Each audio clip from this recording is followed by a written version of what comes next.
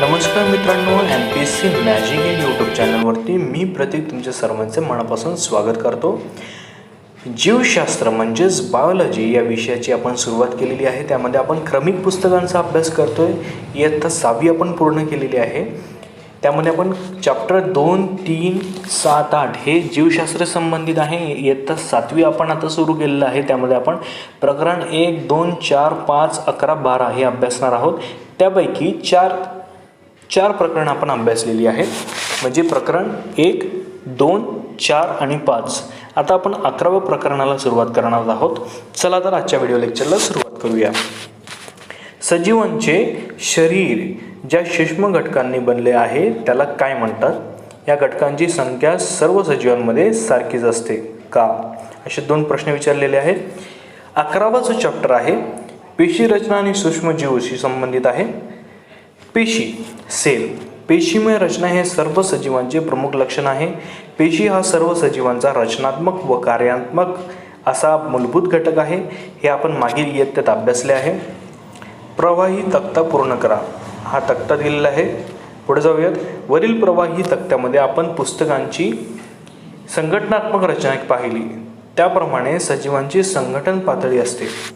पेशी, ऊती, इंद्रिय व इंद्रिय संस्था अशा शरीर पातळ्या असतात. सर्व सजीवांची रचना व कार्य ही पेशींच्या पातळीवर होत असतात. पेशींच्या आधारेच व सजीवांच्या जीवनक्रिया घडून येतात. आता इथे बाजूला पेशी, ऊती, इंद्रिय संस्था आणि शरीर असा एक डायग्राम दाखवलेली आहे. पेशी, ऊती, इंद्रिय संस्था आणि शरीर. ठीक आहे, या डायग्राममध्ये दाखवलेलं आहे. पुढे जाऊयात. आपण बॉक्समधली इन्फॉर्मेशन महत्त्वाची आहे ती आपण नीट वाचूयात. असे होऊन गेले. रॉबर्ट हुक या शास्त्रज्ञाने इसवी सन 1665 मध्ये बुचाच्या झाडाचा पातळ काप घेऊन तो सूक्ष्मदर्शकाखाली पाहिला. तेव्हा त्याला कापामध्ये मधमाशीच्या पोळ्यातील कप्प्यांप्रमाणे रचना दिसून आली. या कप्प्यांना त्याने पेशी हे नाव दिले, म्हणजेच सेल. सेल म्हणजे कप्पे. लॅटिन भाषेत सेल्युला म्हणजे लहान खोली होय. M.J. स्लायडेन व थिओडोर श्वान या 2 शास्त्रज्ञांनी 1838 साली पेशींच्या रचनेविषयी सिद्धांत मांडला. ही सर्व सजीव पेशींपासून बनलेली असतात आणि पेशी हा सजीवांचा पायाभूत घटक आहे. 1885 मध्ये R. विरशॉ यांनी सर्व पेशींचा जन्म हा पूर्वी अस्तित्वात असलेल्या पेशींमधूनच होतो असे स्पष्ट केले. अशा पद्धतीची इन्फॉर्मेशन इथे दिलेली आहे. महत्त्वाचं आहे मित्रांनो. हे पेशीचा शोध कोणी लावला? Robert Hooke. याच्याबद्दल आपण माहिती घेतली पाहिजे. आयोगाने याच्यावर प्रश्न विचारलेले आहेत, पुढे देखील विचारू शकतात. पुढे जाऊयात आपण. पेशींचे मोजमाप व निरीक्षण. Measurement and observation of cells. Anton Leeuwenhoek यांनी 1673 मध्ये विविध भिंगे एकत्र करून सूक्ष्मदर्शक हे उपकरण तयार केले व जीवाणू, आदिजीव यांच्या जिवंत पेशींचे सर्वप्रथम निरीक्षण केले. पेशी अत्यंत सूक्ष्म असतात. नुसत्या उघड्या डोळ्यांनी त्या आपल्याला दिसत नाहीत. पेशींच्या आकारमानांचे मोजमाप मायक्रोमीटर आणि नॅनोमीटर या एककांचा वापर करून केले जाते. पेशी निरीक्षणासाठी संयुक्त सूक्ष्मदर्शकाचा वापर केला जातो, ज्यामध्ये भिंगामुळे काचपट्टीवरील वस्तू कित्येक पटीने मोठी दिसते हे लक्षात येते. ओके, इथे बाजूला संयुक्त सूक्ष्मदर्शक दाखवलेला आहे आपल्याला आणि त्यामध्ये आपल्याला काय दाखवलेलं आहे? नेत्रभिंग, नलिका, स्थूल समायोजक, सूक्ष्म समायोजक, वस्तुभिंग, मंच, प्रकाश स्रोत, पाया हे सर्व गोष्टी आपण बघितलेल्या आहेत. आपण पुढे जाऊयात. 1 सेंटीमीटर म्हणजे किती मिलीमीटर, 1 मिलीमीटर म्हणजे किती मायक्रोमीटर आणि 1 मायक्रोमीटर म्हणजे किती नॅनोमीटर ते आपल्याला दाखवलेलं आहे इनबॉक्समध्ये. करून पाहूया. कांद्याची एक फोड घेऊन त्याच्या खोलगट भागात असणारा पातळ पापुद्रा चिमट्याने अलगद वेगळा करा व तो काचपट्टीवर घ्या. त्यावर पाण्याचा थेंब टाका. हे करताना पापुद्रास घडी पडणार नाही याची काळजी घ्या. यावर आयोडीनच्या इओसिनच्या विरल द्रावणाचा एक थेंब टाका व संयुक्त सूक्ष्मदर्शकाच्या 10x म्हणजेच 10x भिंगाखाली निरीक्षण करा. तत्पूर्वी पापुद्र्यावर आच्छादन काच ठेवायला विसरू नका. इथे बाजूला डायग्राम दाखवलेली आहे. वरील प्रमाणेच कृती करून वनस्पतींच्या विविध भागांवरील पेशींचे जसे पाने, खोडावरील साल, खोडाची साल, मुलाग्रे इत्यादींचे निरीक्षण करा. मागील तुम्ही पाण्यातील अमिबा, पॅरामिशियम यांचे असे निरीक्षण केलेले आहे. सांगा पाहू, तुम्ही निरीक्षण केलेल्या विविध पेशी एकसारख्याच आहेत का? त्यांची रचना कशी आहे, आकार कसे आहे? पुस्तक माझा मित्र ग्रंथालयातील संदर्भ पुस्तकांच्या आधारे सर्वात मोठी, सर्वात लहान आणि पेशींविषयी वैशिष्ट्यपूर्ण माहिती मिळवा. पेशींचा आकार, साईज ऑफ सेल्स. सजीवांच्या पेशींच्या आकारात विविधता असते. त्यांचा आकार हा प्रामुख्याने कार्याशी निगडीत असतो. यात आढळणाऱ्या पेशींचे विविध आकार खाली दर्शवले आहेत, त्यांचे निरीक्षण करा. इथे चार्टमध्ये बॉक्समध्ये ज्या कलरफुल डायग्राम दाखवलेले आहेत त्याच्यामध्ये पेशींचे वेगवेगळे आकार दाखवलेले आहेत, पेशींचे स्वरूप दाखवलेले आहेत विविध पेशींचे. त्यामध्ये अमिबा, मेदपेशी, स्पायरोगायरा, अंडपेशी, चेतापेशी, अस्थिपेशी, शुक्रपेशी, स्नायूपेशी, तांबड्या रक्तपेशी, पृष्ठभागावरील पेशी, इतक्या वेगवेगळ्या पद्धतीचे पेशी दाखवलेले आहेत. गोलाकार, दंडाकार, स्तंभाकार, सर्पिलाकार, अंडाकृती, आयताकार अशा विविध आकारांच्या पेशी आढळून येतात. सजीवांच्या जीवनक्रिया घडून येण्यासाठी पेशींमध्ये विविध घटक अस्तित्वात असतात. या घटकांनाच पेशी अंगके म्हणतात. या अंगकांचा सविस्तर अभ्यास करण्यासाठी इलेक्ट्रॉन्स सूक्ष्मदर्शक वापरतात, कारण त्याच्या साहाय्याने अतिसूक्ष्म घटकाच्या प्रतिमेचे वर्धन होऊन त्याची 2 अब्जपटपर्यंत म्हणजेच 2 × 10⁹ मोठी प्रतिमा अभ्यासता येते. प्रामुख्याने या पेशींचे वनस्पती पेशी व प्राणी पेशी असे 2 प्रमुख प्रकार पडतात. या पेशी पटलांच्या सहाय्याने बनलेल्या विविध अंगकांच्या अंतर्भावाने तयार झालेली असतात. वनस्पती पेशींच्या भोवती स्वतंत्र पेशीभित्तिका असते, त्यामुळे त्यांना विशिष्ट आकार प्राप्त होतो. त्याचप्रमाणे वनस्पती पेशींमध्ये मोठ्या आकारांच्या रिक्तिका आढळतात. या सर्व दृश्यकेंद्रकी पेशी म्हणजेच युकॅरियोटिक आहेत.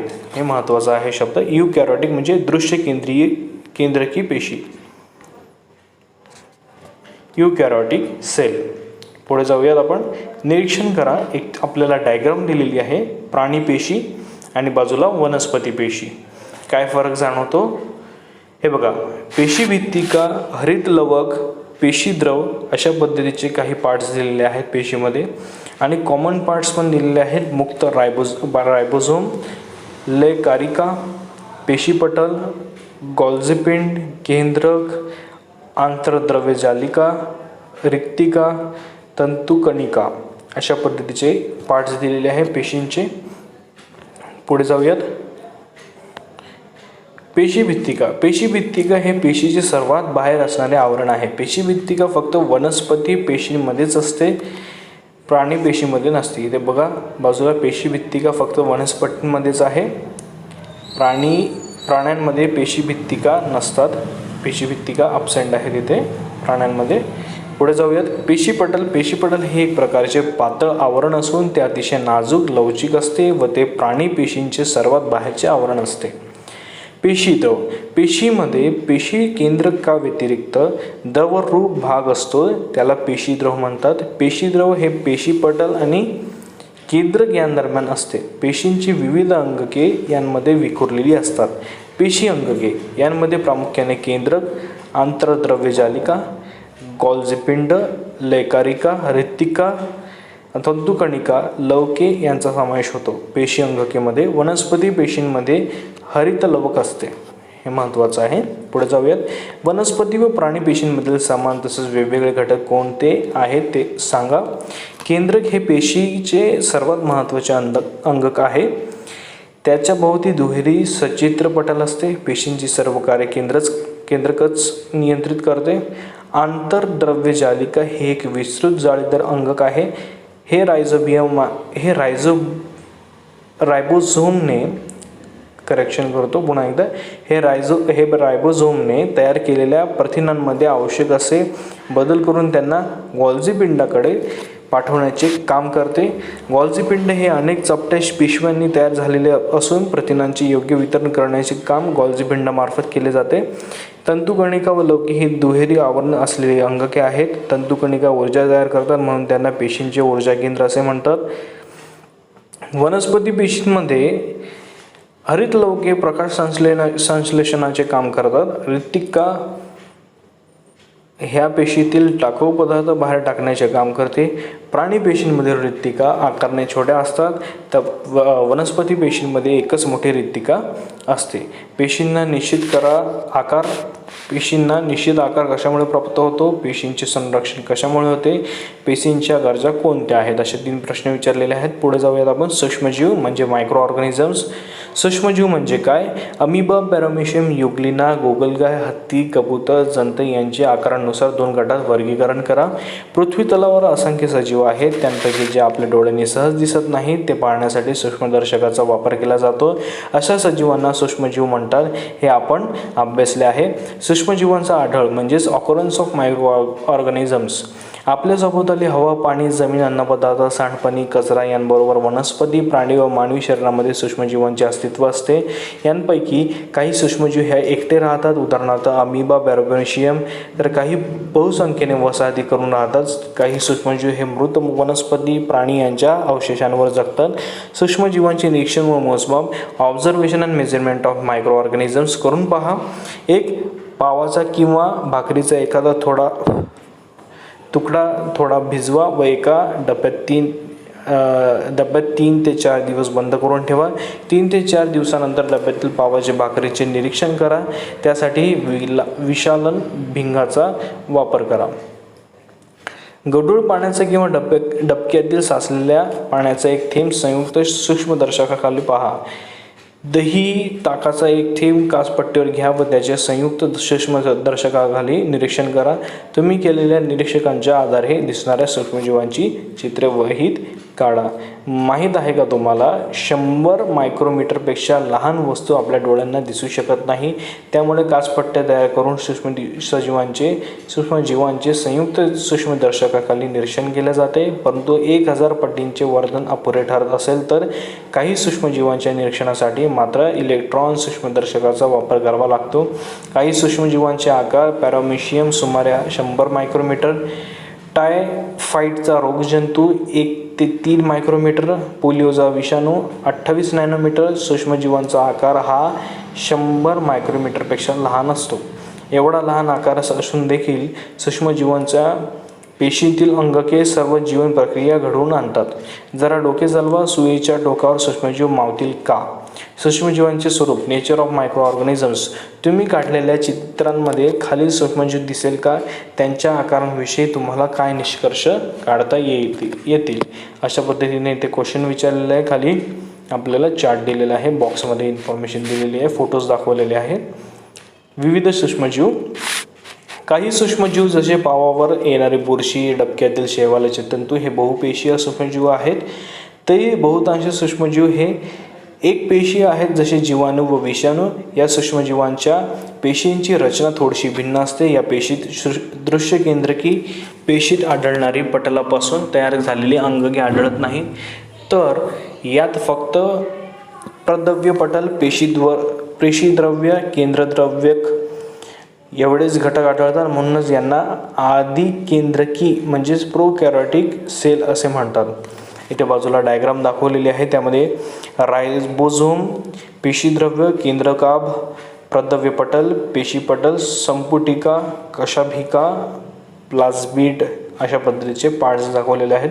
राष्ट्रीय पेशी विज्ञान संस्था Pune, national centre for cell science ही संस्था पेशी विज्ञान, जैवतंत्रज्ञान या संदर्भात संशोधनाचे कार्य करते. संकेतस्थळ आहे, खाली दिलेले आहे. पुढे जाऊयात. सूक्ष्मजीवांची वाढ, ग्रोथ ऑफ मायक्रो ऑर्गॅनिझम्स. प्रत्येक सूक्ष्मजीवाला वाढ व प्रजनन होण्यासाठी विविध परिस्थितीची आवश्यकता असते. बऱ्याचशा सूक्ष्मजीवांना वाढीसाठी ऑक्सिजन आवश्यक असतो, मात्र काही सूक्ष्मजीव ऑक्सिजनशिवाय वाढू शकतात. समुद्रतळ, ध्रुवीय प्रदेशातील बर्फ, गरम पाण्याचे झरे अशा प्रतिकूल परिस्थितीत सुद्धा काही सूक्ष्मजीव टिकून राहतात. अशा वेळी ते स्वतःभोवती कठीण कवच तयार करून आपली जीवन प्रक्रिया थांबवतात व परिस्थिती अनुकूल झाली की कवचातून पुन्हा बाहेर येऊन आपली जीवन प्रक्रिया सुरू करतात. बाजूच्या बॉक्समध्ये इन्फॉर्मेशन दिलेली आहे. सूक्ष्मजीवांची वाढ कुठे होते? माध्यम, माती, पाणी, कुजणारे पदार्थ इत्यादी. तापमान 25 ते 37 डिग्री सेल्सिअस. पोषण, विशिष्ट पोषण द्रव्ये उदाहरणार्थ शैवाल, हरितद्रव्य, ऑक्सिजन इत्यादी.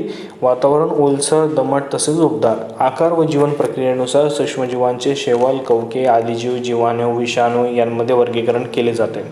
उपयुक्त सूक्ष्मजीव युजफुल मायक्रो ऑर्गॅनिझम्स. 2 कुंड्या मातीने अर्ध्या भरून त्यांना ए व बी अशी नावे द्या. कुंडी ए मध्ये पालापाचोळा, शेण, फळांच्या साली, भाज्यांचे देठे, कागदाचे तुकडे असा कचरा मातीत मिसळा. कुंडी बी मध्ये फुटक्या काचा, धातूच्या तुकड्या वस्तू, प्लास्टिकचे पिशव्या मातीत मिसळा. बॅगेत एका जागी या कुंड्या ठेवून द्या. 3-4 आठवड्यांनी दोन्ही कुंड्यांचे निरीक्षण करा. कुंडी बी मधला कचरा तसाच राहिला का? कुंडी ए मधला कचरा कुठे गेला का? शेण, माती यांमधील सूक्ष्मजीव अन्न मिसळण्यासाठी कचऱ्याचे विघटन करतात. अन्न मिळवण्यासाठी कचऱ्याचे विघटन करतात. काही दिवसात कचऱ्याचे रूपांतर उत्कृष्ट खतात होते व परिसराची स्वच्छताही राखली जाते. कचऱ्याप्रमाणेच सांडपाण्याचेही योग्य व्यवस्थापन करताना कार्बनी पदार्थ खूप लवकर कुजण्यासाठी त्यात सूक्ष्मजीव सोडतात. जरा डोके चालवा. ओला कचरा व सुका कचरा वेगवेगळा का जमा करावा? मेथी, वाटाणा, घेवडा यांच्या रोपट्यांच्या मुळांचे निरीक्षण करा. मुळांवर गाठी कशासाठी असाव्यात? कडधान्याच्या रोपट्याच्या मुळावरील गाठीत तसेच मातीत असणारे काही सूक्ष्मजीव हवेतील नायट्रोजनचे त्यांच्या संयुगात रूपांतरण करा. याची माहिती आपण अगोदरच्या पाठात घेतली आहे. या संयुगांमुळे जमिनीची सुपीकता वाढते, त्यामुळे कडधान्याची प्रथिने प्रमाण वाढण्यास मदत होते. प्रकल्प. तुमच्या गाव शहराबाहेर असणाऱ्या कचरा डेपोला भेट द्या. मोठमोठ्या खड्ड्यांमध्ये कचरा गाडण्यामागचे तत्त्व शोधा. थोडे आठवा. आई दुधापासून दही बनवताना काय करते? कोमट दुधात दही, ताकाचे काही थेंब मिसळून 8 ते 10 तास उबदार ठिकाणी ठेवल्यास दह्यातील सूक्ष्मजीवांची भराभर वाढ होते आणि दुधाचे रूपांतर दह्यात होते. ताक, लोणी, चीज, पनीर व इतर दुग्धजन्य पदार्थांची निर्मिती करण्यास अशा प्रकारे सूक्ष्मजीव उपयुक्त असतात. किण्वन म्हणजे फर्मेंटेशन. सूक्ष्म सजीवांच्या क्रियेमुळे काही कार्बनी पदार्थांचे दुसऱ्या कार्बनी पदार्थात रूपांतर होण्याच्या रासायनिक क्रियेला किण्वन किंवा आंबणे किंवा कुजणे असे म्हणतात. या क्रियेत उष्णता निर्माण होऊन कार्बन डायऑक्साईड व इतर वायू तयार होतात. हे वायू पदार्थांचे आकारमान वाढवतात. उदाहरणार्थ पाव, इडली यांची पेठे फुगणे. हे वायू बाहेर पडताना पदार्थ फसफसतात. दुधाचे दही बनवणे, फळे व धान्य यांपासून अल्कोहोल तयार करणे, पिठापासून पाव बनवणे तसेच ॲसिटिक आम्ल, सायट्रिक आम्ल, लॅक्टिक आम्ल, जीवनसत्वे, प्रतिजैविके यांच्या निर्मितीमध्ये किण्व प्रक्रियेचा उपयोग केला जातो. जरा डोके चालवा. रवा, इडली, भटुरे, नान यांमध्ये दही का घालतात? दही, इडली, डोसा हे पदार्थ पचण्यास हलके कसे बनतात? धान्याची पिठे, फळांचे रस यांमध्ये सूक्ष्मजीवांना वाढू दिल्यास स्वतःची वाढ व पुनरुत्पादन करताना हे सूक्ष्मजीव पदार्थांचे उपघटन करतात व नवीन रसायनांची निर्मिती होते. हा गुणधर्म लक्षात घेता आपल्या रोजच्या वापरातील अनेक पदार्थ सूक्ष्मजीवांच्या मदतीने बनवले जातात. पुस्तक माझा मित्र. किण्वन प्रक्रिया कोणी शोधली? हा प्रश्न इथे विचारलेला आहे. तुम्ही आजारी पडलात तर डॉक्टर काही वेळा पेनिसिलिन सारख्या औषधांची कॅप्सूल किंवा इंजेक्शन देतात. अशी विशिष्ट प्रकारची औषधे शरीरातील रोगजंतूंना नाश करतात व त्यांची वाढ रोखतात. या औषधांना प्रतिजैविके म्हणजे अँटीबायोटिक्स म्हणतात. विशिष्ट जातींच्या सूक्ष्मजीवांच्या पासून प्रतिजैविके बनवली जातात. पूर्वी असाध्य असणारे क्षय, टायफॉइड, कॉलेरा असे अनेक रोग आता प्रतिजैविकांमुळे आटोक्यात आले आहेत. पाळीव प्राण्यांच्या अन्नात प्रतिजैविके मिसळून त्यांनाही रोगांपासून संरक्षण देता येते. वनस्पतींना होणाऱ्या रोगांवरही प्रतिजैविकामुळे नियंत्रण ठेवता येते. हे नेहमी लक्षात ठेवा. बॉक्समधली इन्फॉर्मेशन महत्त्वाची आहे. प्रतिजैविके ही रोगांवर मात करण्यासाठी असली तरी ती डॉक्टरांच्या सल्ल्याशिवाय घेणे अपायकारक असते. त्यामुळे डॉक्टरांच्या सल्ल्यानुसारच त्यांचे डोस पूर्ण करावे. तसेच अंगदुखी, डोकेदुखी, सर्दी अशा आजारांवर परस्पर औषधे घेऊ नये. माहिती मिळवा. लहान बाळांना ठराविक दिवसांनी लस का देतात? काय असते ही लस? नेमकं याबद्दल आता आपण माहिती घेणार आहोत. पुढे जाऊयात. रोगप्रतिकार क्षमता वाढवणारी लस प्रयोगशाळेत सूक्ष्मजीवांच्या मदतीने तयार करतात. अशा रोगाची लस अगोदरच टोचलेली असेल तर आपल्या शरीराची रोगप्रतिकारक क्षमता वाढते व त्यामुळे तो रोग होण्याची शक्यता खूपच कमी होते. कातडी कमावणे, घायपातापासून धागे मिळवणे ह्या प्रक्रियांमध्येही सूक्ष्मजीवांचा उपयोग करून घेतला जातो. काही सूक्ष्मजीव तेलावर वाढतात. त्यांच्या मदतीने समुद्रात तेल गळतीमुळे आलेल्या तेलाचा तवंग काढून पाणी स्वच्छ केले जाते. शेतातील पालापाचोळा व कचरा, मानवी मलमूत्र, घरातील ओला कचरा एकत्र करून बायोगॅस संयंत्रणाच्या माध्यमातून जैववायू व खत निर्मिती केली जाते. उपद्रवी सूक्ष्मजीव म्हणजेच हार्मफुल मायक्रो ऑर्गॅनिझम्स. बंद डब्यात चुकून राहिलेली मिठाई किंवा पाव यांचे 3-4 दिवसांनी काय होते? बरेच दिवस बंद ठेवलेला मुरांबा, लोणची यांच्या बरण्या उघडल्यावर कधीकधी त्यांच्यावर पांढरा चकतीसारखा पापुद्रा आलेला दिसतो किंवा काळे कण जमलेले दिसतात. उन्हाळ्याच्या दिवसात दूध, मांस हे पदार्थ नासतात. शिळ्या ओलसर अन्नावर बुरशी येते. बुरशी आलेल्या अन्नाचे आपण काय करतो आणि का? अन्न विषबाधा, फूड पॉइझनिंग. स्वतःचे पोषण करताना काही सूक्ष्मजीव विषारी पदार्थ म्हणजे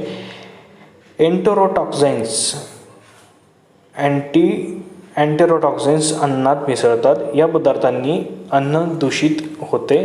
दूषित अन्नाचे सेवन केल्यास आपल्याला उलट्या व जुलाब होतात. पुढे जाऊयात. जरा डोके चालवा. अन्नपदार्थ दूषित झाला आहे हे तुम्ही कसे ओळखाल? विकतचे अन्न घेताना काय पाहाल व का? लग्न समारंभ तसेच मोठे भोजनाचे कार्यक्रम यांमध्ये अन्न विषबाधेच्या घटना का घडतात? रोगकारक सूक्ष्मजीव. जलाशयांजवळील अस्वच्छता व सांडपाण्याची संपर्क होऊन दूषित झालेल्या पाण्यात तसेच शिळ्या उघड्यावरील माशा बसलेल्या असलेल्या अन्नात सूक्ष्मजीव असतात. असे दूषित अन्न सेवन केल्यास आमांश, टायफॉइड, कॉलेरा, कावीळ, गॅस्ट्रो असे अन्ननलिकेचे रोग होतात. श्वसन मार्गाचे रोग झालेल्या व्यक्तीच्या खोकण्यातून व शिंकण्यातून त्या रोगाचे सूक्ष्मजीव हवेत मिसळतात. श्वासावाटे निरोगी व्यक्तीच्या श्वासमार्गात जाऊन सर्दी, खोकला, घटसर्प, न्यूमोनिया, क्षय असे रोग होऊ शकतात. कचऱ्याचे ढीग, गटारे, साठलेले पाणी या ठिकाणी डासांची पैदास वाढते. डासांच्या मांद्यांच्या दंशातून हिवताप, मलेरिया, डेंग्यू, हत्तीरोग, पित्तज्वर, येलो फीवर, चिकुनगुन्या, झिका, ताप इत्यादी रोगांना कारणीभूत सूक्ष्मजीव मानवी शरीरात प्रवेश करू शकतात. अशा पद्धतीने आपण ही इन्फॉर्मेशन बघितलेली आहे. पुढे या बॉक्समधली इन्फॉर्मेशन आपण थोडक्यात वाचूयात. स्वच्छ भारत अभियान. सुमारे 80% आजार हे अस्वच्छतेमुळे होतात. परिसर स्वच्छ ठेवणे, कोठेही कचरा न टाकणे, उघड्यावर शौचास न बसणे हे संसर्गजन्य आजार रोखण्याचे सोपे मार्ग आहेत. आपल्या वैयक्तिक स्वच्छतेबरोबरच सार्वजनिक स्वच्छतेबाबतही जागरूक राहण्यासाठी देशभर स्वच्छ भारत अभियान हे राष्ट्रीय चळवळीच्या स्वरूपात कार्यान्वित करण्यात आलेले आहे. आपणही आपल्या शाळेत परिसरात स्वच्छतेविषयी एक उपक्रम राबवून त्यात सहभागी होऊया. माहिती मिळवा. मानवांप्रमाणेच प्राणी, वनस्पती यांना सूक्ष्मजीवांमुळे कोणकोणते रोग होतात हे आवर्जून पहा. घरावरील पाण्याची टाकी व त्यातील पाणी स्वच्छ आहे का? शाळेतील पाण्याची टाकी, स्वच्छतागृह स्वच्छ आहे का? घराजवळील उघड्यांवरील कुंड्या, टायर, प्लास्टिकचे डबे इत्यादींमध्ये पाणी साचले आहे का? पाण्याची भांडी, पाण्याची टाकी किंवा दिवसातून स्वच्छ केली जाते का? माहीत आहे का तुम्हाला आपल्याला ताप येतो म्हणजे नक्की काय होते? निरोगी मानवी शरीराचे तापमान सुमारे 37 डिग्री सेल्सिअस इतके असते. शरीरात सूक्ष्मजीवांचा प्रवेश झाल्यास आपल्या रक्तातील प्रतिकार यंत्रणा कामाला लागते व त्यामुळे शरीराचे तापमान वाढल्यामुळे सूक्ष्मजीव नष्ट होतात. जखम भरताना ती गरम लागण्याचे कारणही हेच असते. ओके, अशा पद्धतीने आपण या चॅप्टरच्या शेवटपर्यंत आपण पोहोचलेले आहोत. शेवटचा एक पॉईंट आहे तो वाचून घेऊयात. मानवी शरीराचे तापमान सुमारे 37 डिग्री सेल्सिअस व सूक्ष्मजीवांची जास्तीत जास्त वाढ होण्याचे तापमान 15 डिग्री सेल्सिअस ते 35 डिग्री सेल्सिअस यांचा संबंध कसा जोडाल? पावसाळ्यात कपडे दमट राहिले तर काय होते? गोणपाटाच्या तागाच्या पिशव्यांवरील काळे पांढरे डाग कसले असतात? चामड्याची पाकिटे, पर्स, पट्टे, पादत्राणे यांना पॉलिश लावून मगच का ठेवून देतात? जुने रबर, कागद, नोटा यांच्यावर पावडरीसारखा कोणता पदार्थ तयार झालेला असतो? वर उल्लेख केलेले सर्व पदार्थ म्हणजे सुती कपडे, गोणपाट, ताग, कागद, रबर हे वनस्पतीजन्य, तर चामडे हा प्राणीजन्य पदार्थ आहे. दमट हवामानामुळे या पदार्थांवर बुरशी व इतर सूक्ष्मजीवांची वाढ होऊन ते खराब व कमकुवत होतात. अशा पद्धतीने आपण हा चॅप्टर बघितलेला आहे. यावरचा स्वाध्याय तुम्ही सोडून बघण्याचा प्रयत्न करा. ओके, या चॅनलला लाईक करा, शेअर करा, सबस्क्राईब करा. इतर मित्रमैत्रिणींना देखील चॅनलच्या लिंक शेअर करा. ओके, या व्हिडिओच्या लिंक शेअर करा. जय हिंद, जय महाराष्ट्र. धन्यवाद.